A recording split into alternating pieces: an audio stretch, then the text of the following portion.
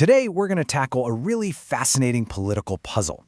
How can a leader say they're the ultimate champion of the people while at the same time crushing anyone who disagrees with them? It seems like a total contradiction, right? We're going to explore this whole thing through the story of one man, Juan Perón. So it all starts with this promise. For the people. Everything. I mean, on the surface, what's not to love? It sounds fantastic.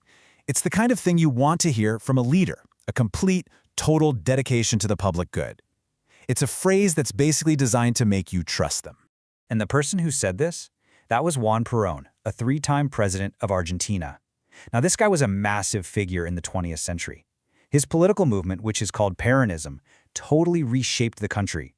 And believe it or not, it's still a huge deal there today.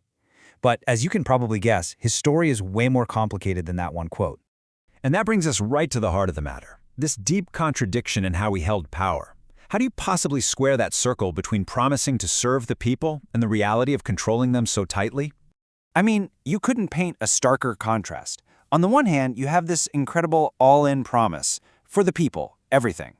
But when you look at what actually happened, the reality was systematic repression. Critics, silenced. Newspapers, shut down. If you disagreed with him, you were not tolerated. So how can both of these things exist at the very same time? Well, the key to unlocking this whole paradox is in a specific political idea. To really solve this puzzle, we've got to define our terms first. The concept we're talking about is called authoritarian populism. And yeah, it sounds like those two words shouldn't go together, but they do. Okay, let's break this down. First up, populism. Now, this isn't really about being left-wing or right-wing. It's more of a political style. A populist leader basically says, I speak for the true people. And they set up this big fight against some group they call the corrupt elite.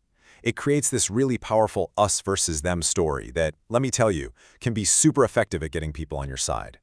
And then you've got the other half of the phrase, authoritarianism. This one's a lot more straightforward. It's all about power being held by one leader or a tiny group. And the most important part, you suppress any and all opposition.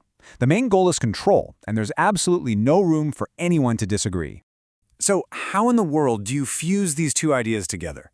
You know, a movement that's supposedly for the people, but also involves suppressing their freedom. It's done by building what you could call a specific architecture of control. The logic actually unfolds in three pretty simple steps. First, the leader claims that they, and only they, are the true voice of the people. Once you've got that down, the next step just follows. Anyone who opposes the leader, well, they must be an enemy of the people. See, they're not just political opponents, they're part of that corrupt elite. And this is the genius, or maybe the sinister part. Cracking down on them is no longer seen as anti-democratic. No, it's spun as a heroic act of defending the people from their enemies. Look, understanding a guy like Perón isn't just some boring history lesson. This political model is incredibly powerful, and honestly, it's still very much with us today. So let's zoom out for a second and look at the core mechanics, because this stuff matters way beyond 20th century Argentina. So let's just recap the basic playbook here. First, this model tries to forge a direct, unbreakable bond between the leader and the people, cutting out any middlemen like the press or courts.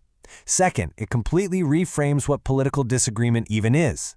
An opponent isn't someone with a different opinion, they're painted as a traitor, a real threat to the nation. And finally, and this is crucial, it hijacks the very language of democracy to justify actions that are, well, completely undemocratic. And that leaves us with a really critical question, one that we should probably all be asking.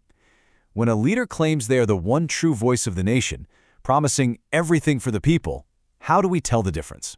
How can we know if they are genuinely serving the public, or if they're just using the name of the people as the perfect excuse to grab more power for themselves? That's the paradox to keep in mind.